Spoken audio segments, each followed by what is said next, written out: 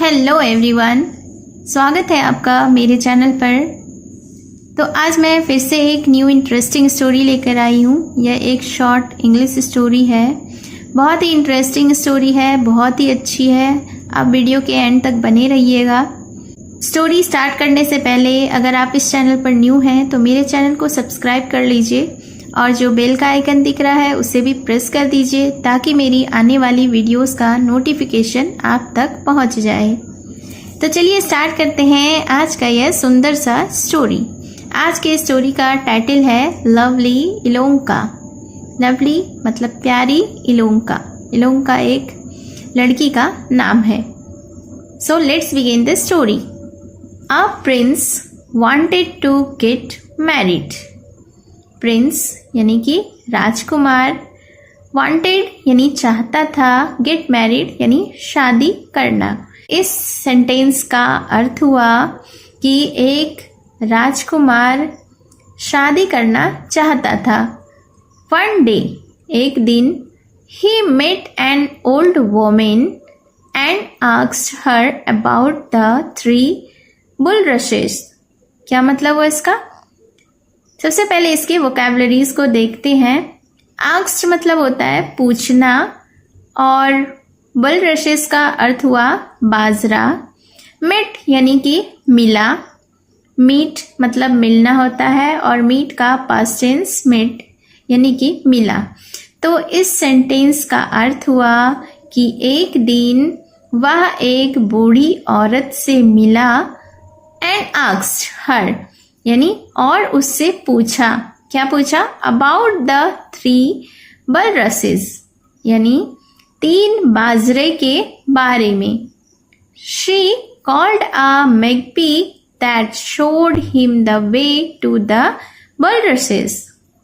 मैगपी का अर्थ होता है नीलकंठ पक्षी, यानी नीलकंठ चिड़िया जो होती है उसे ही मैगपी कहते हैं इंग्लिश में। शोड यानी कि दिखाई। तो इस सेंटेंस का अर्थ हुआ कि वह शी कॉल्ड अ मैगपी यानी उसने एक नीलकंठ पक्षी को बुलाया। दैट शोड हिम जिसने कि उसे दिखाया। The way to the bulrushes यानी वे मतलब रास्ता। bulrushes का यानी बाजरे का रास्ता उस नीलकंठ पक्षी ने दिखाया। One of the bulrushes broke open and a lovely maiden flew out. One of the bulrushes यानी उसमें से एक बाजरा broke open यानी खुल गया and a lovely maiden यानी कन्या और एक प्यारी सी कन्या या प्यारी सी लड़की फ्लू आउट यानी बाहर आई।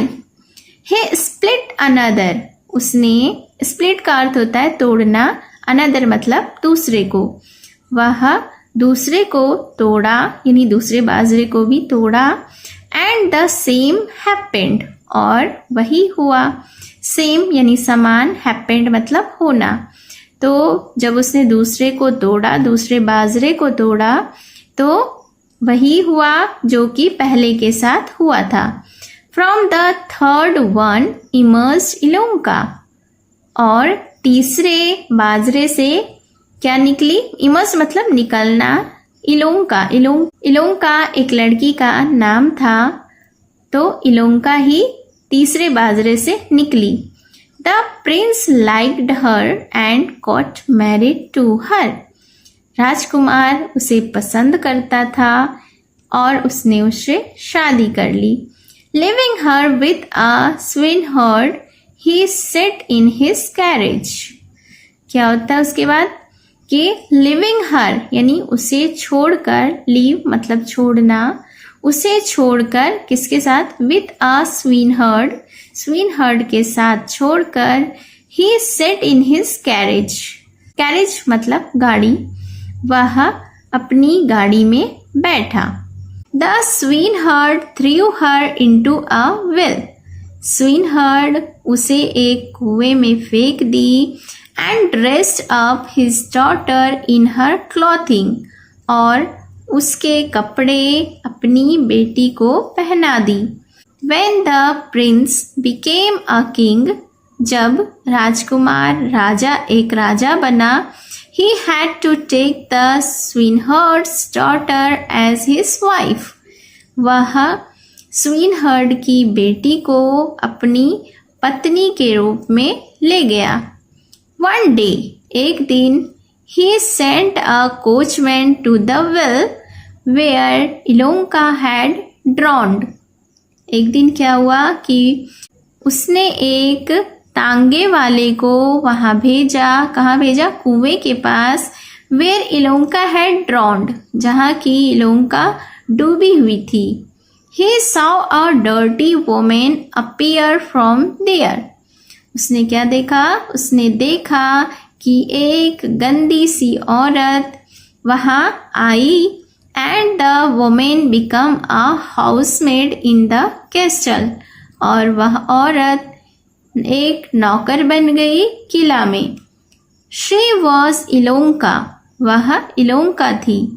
When he heard her story, जब वह उसकी कहानी सुना, वह यानी कि राजा ने जब उसकी कहानी सुनी, he let his wife go away and got married to Ilonka. उसने अपनी वाइफ को, अपनी पत्नी को वहां से जाने को कहा। And got married to Ilonka, और इलोंका से शादी कर ली। So this was the story. आपको यह स्टोरी कैसी लगी कमेंट करके ज़रूर बताएं। मिलती हूँ मैं फिर से एक न्यू स्टोरी के साथ। Till then take care and bye bye.